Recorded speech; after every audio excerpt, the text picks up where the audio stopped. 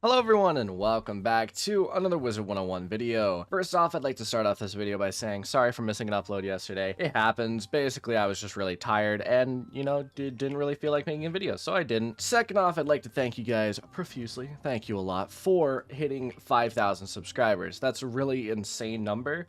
That's a very large amount of people and a quite unfathomable amount to process. That's a lot of people who watch my videos, and, I do really appreciate it. So I just figured I would mention that real quick. And really, the timing is insane because I'm pretty sure we hit 4,000 like only a very small amount of time ago. It was like maybe a month and a half. So that's it for the little beginning part. Let's get into the actual video, and that is going over each stat in Wizard101. Now, what I mean by this is I wanted to go over the different actual stats, so things such as damage, resistance, whatever, go into how important I would rate it and what you should focus on. So I kind of want to give an overview of them and, just give you an idea. What should you be focusing on Wizard101, especially, this is going to be useful for earlier levels, even some late levels potentially, if you don't really know what you're doing yet. So without further ado, let's get into the video. The first thing we're going to start off with, I'm just going to go down the list here. We're going to start with health. Now, health is really obviously what dictates your survivability. How much health is how long you'll survive in a battle, and obviously, it's one of the most basic stats in Wizard101. Each school has a different amount of health, and each school has a different amount of focus on it. Storm has the least amount of health, while Ice has the most amount of health. So, should you focus on health? Well, I would say at an earlier level, yes, you should buy some gear with some higher health, but is it going to be a stat that I ever think you're going to focus on 100%? No, absolutely not. Unless you're an Ice Wizard and for some reason, you want to hit that 10k health, then maybe, but otherwise for most other schools, health is just a stat. That's a cool little side bonus for certain gears. Health is a sacrificable stat, but it is useful to have nonetheless. It's just not something to focus on. Next up is mana, and this one is going to be a very short one. Mana is very brief. It's what dictates how many spells you can use in combat, and obviously it is basically a non-issue once you get past the first 10 levels of the game. Obviously 4 pip spells will cost 4 mana, so on. Really, the main thing that mana is useful for is marking location, and that doesn't even really matter how much mana you have because it always is a set percentage of your mana. You can always leave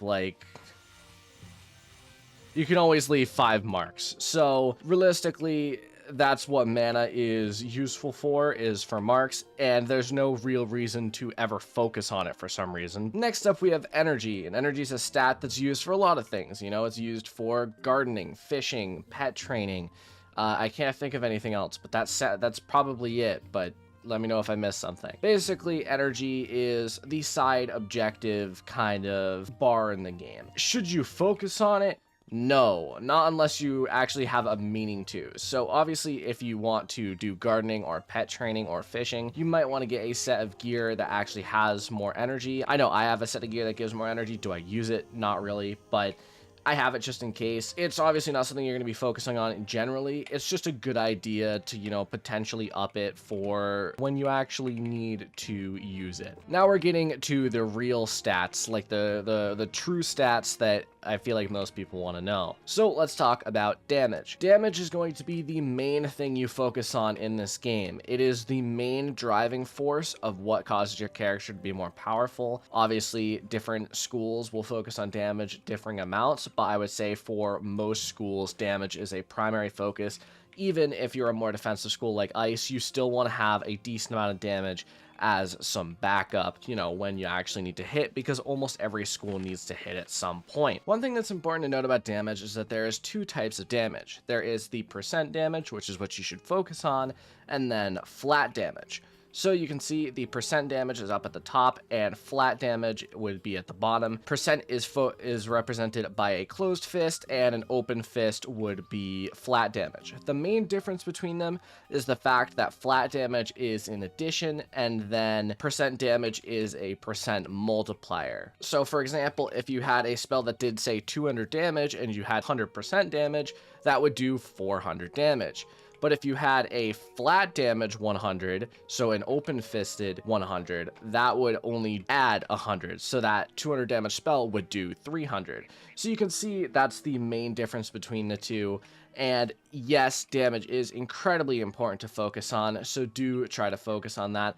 Now, one thing I would like to talk about, and I would be remiss to not talk about, the actual damage intersection, because there is an intersection point now that has existed in the game for about a year. Once you reach a certain amount of damage, that number being 150, your damage gets less and less effective as time goes on.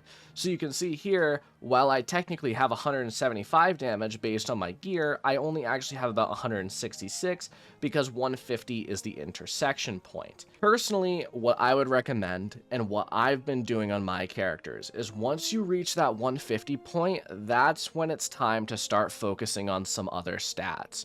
So my death, for example, I could probably get higher. Right now he's at like 152. I could get him higher. I could get him up to like, say, 160, maybe 165. But instead, I've been focusing on other stats. So instead, I have, 45% resist, which is really solid with 150 damage. So that's personally what I would recommend, because realistically, once you get up to 150 anyway, you have enough damage to kill any mob in this game very easily, and you are definitely worthy of being a primary hitter. I know people probably wouldn't necessarily agree with me, and they're like, oh, but 170 damage. Yeah, no, it doesn't actually matter. The difference between 170 and 150 isn't enough, especially with the current health of enemies in this game right now, to actually matter in the long run. So I would definitely recommend, once you reach that 150, potentially focus on some other stats. Next up, you have resistance, and I would definitely rank resistance much lower of importance than damage, but I would say it's still important to at least have some. You can see it really depends on level. I would definitely recommend in the level 60 range to at least have some resist. Definitely maybe like carry a triple double pet, which would be 3 damages, 2 resistances. So maybe have that extra 15% on top. Definitely, if you are an ice wizard, maybe focus on some resist as well, but once you get to that higher level, it's time to start min-maxing, in my opinion. And as a fire, I don't think resist is an entirely important stat for me to focus on, which is why I only have 27%. But if you're, say, like my death, as I said earlier, I have 45%, which is much higher and much more stable. So resist is really a stat that you can choose to focus on whether you want to or not, but definitely it is important at a lower level, and once you reach that 150 damage, that's when you can start focusing on resist if you want. Again, there is a percent resist and a flat resist that you can choose. Obviously, flat resist can be kind of useful, especially it feels cool when an enemy uses a spell that does less than your flat resist, and then it just does no damage to you. I've always found that to be really fun. The flat resist is one of the recommendations I would have for the square jewels. So if you've always wondered what to do with the square jewels, I would say flat resist is one of them that could be useful. But otherwise, there's another stat that you could focus on in that regard that I'll mention later on. I will mention for each stat what jewel I think you should actually focus on. Next, let's talk about accuracy. Accuracy is obviously the percent chance that you will hit, and that is added on to your base accuracy. So obviously each school has a base accuracy that they have. Fire's is 75. Ice's is 80, so on and so forth. They have varying amounts, with Storm being the least at 70 and Life being the highest at 90. You want to tend to have a base amount of resist so that you don't fizzle. So you can see here my Fire, I have 26, which means I won't fizzle my base spells ever. This is true for every hit I carry on my deck. Realistically, the only thing that I could fizzle on is shadow spells and the newer spells, which you can see have a lower base percent, so I could potentially fizzle on those, but it's really not important enough considering I almost never use those spells to actually get that 100, but for some people it will definitely be more useful. Should you focus on accuracy? Well, that's really up to you. I personally prefer pip chance over accuracy in regard to triangle jewels, but I would say accuracy can be useful, and you definitely want at least a little bit of it, which is why I'd recommend having the Malastair robe, because that accuracy is really good for most wizards. Definitely a useful stat to have, and something to potentially keep note of. Now we're getting into the advanced character statistics. This is the second page and all of the beautiful stats that I really wanted to focus on this video. Let's start with crit rating. Crit rating is not important anymore. I will say this. Realistically, focusing on crit rating is never a good option anymore, and you definitely want to focus much more on damage and or other statistics. The reason for that is that crit rating now does not guarantee the percent chance you crit, but how much damage you do, and obviously there is a little bit of a percent chance of how much you crit. Keeping up with some of the better gear in this game, so as long as you have some of the Dragoon gear, you have the Malisaire robe, whatever, you're going to be fine on crit. My Fire's base crit 680, more than enough to make it through this game, and my death has even less at like 500 or something, I think. Yeah, you can see here my death doesn't even have 500, and that's more than enough. So you don't realistically need to focus on crit, and I would say the same with block. Block is rather useless. Honestly, I don't know anyone who's ever focused on block as a stat. It's just, it exists.